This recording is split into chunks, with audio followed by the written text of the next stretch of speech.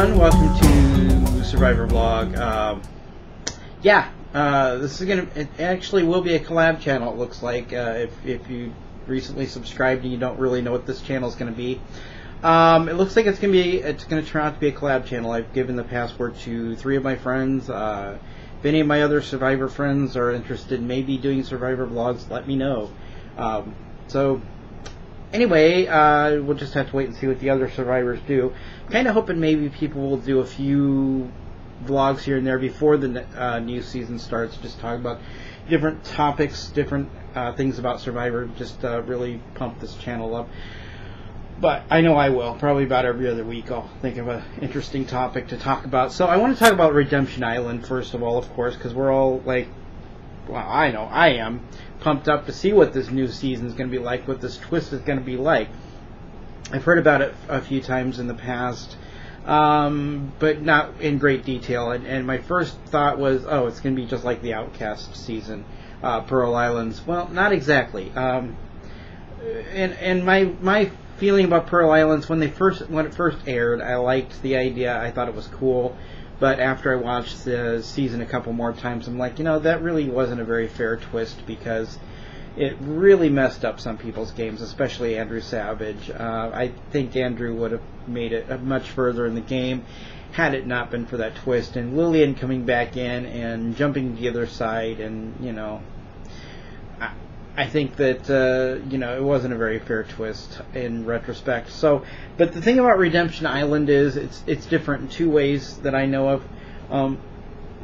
First of all, from day one of the season, the players all know about it. It's not like with season 7 where suddenly people are coming back in the game and everybody's like, what the hell's going on? This one from day one, they're told about Redemption Island. They're told people aren't going to be going home this time. They're going to be going to Redemption Island, which I never really liked that phrase anyway. Nobody really goes home on Survivor. They go to Loser's Island, and then after the merge, when the jury starts being formed, then they go to Ponderosa. Nobody really goes home until the season is finished filming. Which is another reason why I don't understand why people quit. It's not like they're leaving the game. It's not like they're completely leaving the show. They still have to hang around till it's completed. Anyway, that's another topic. So Redemption Island, that's one way it's different, is people know about it from the beginning. That way they can work it into their strategies. And plan for it, and know that somebody at some point is going to come back into the game. The other difference is, the way I understand it, is during the Outcast season when the first 6 people were voted off, I understand they were able to sleep in beds in like a hotel or something, and they were given food. So they came back into the game rested and strong, which really wasn't fair to the people who had been sitting out there eating rice and fish.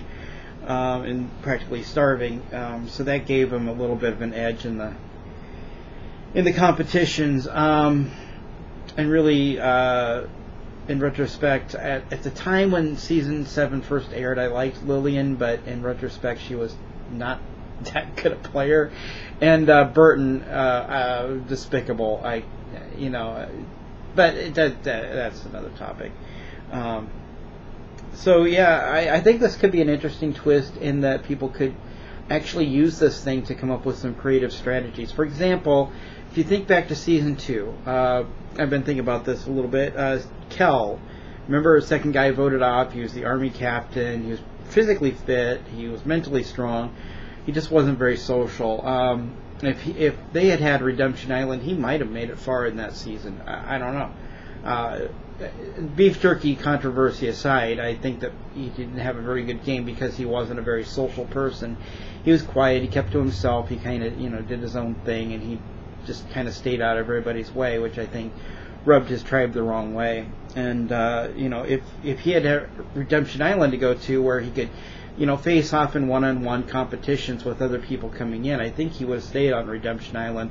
Maybe until it was time to come back in the game, and maybe Kel would have actually made it far that season, which I really liked Kel.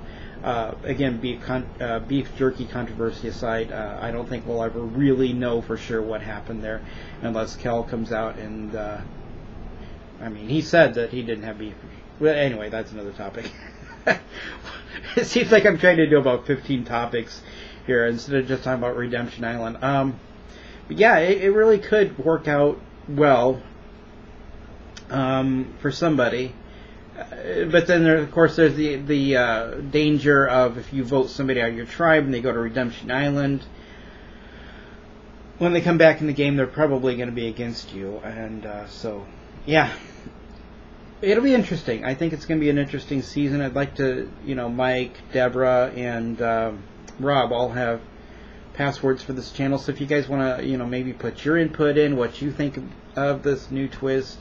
I mean, really, the season's going to be made or broken by the cast. Really, that to me, that's the thing. And this past season wasn't a great season because it wasn't a great cast. There was a few good people in there, but for the most part, it was a pretty fairly forgettable, whatever the word is, cast.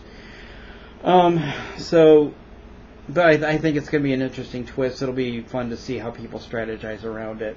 That's all I'm going to talk about this week. Maybe I'll get to one of those other topics in depth another time. Actually, I've got another topic I'm going to talk about probably in a week or two. So we'll talk to you guys later. Bye!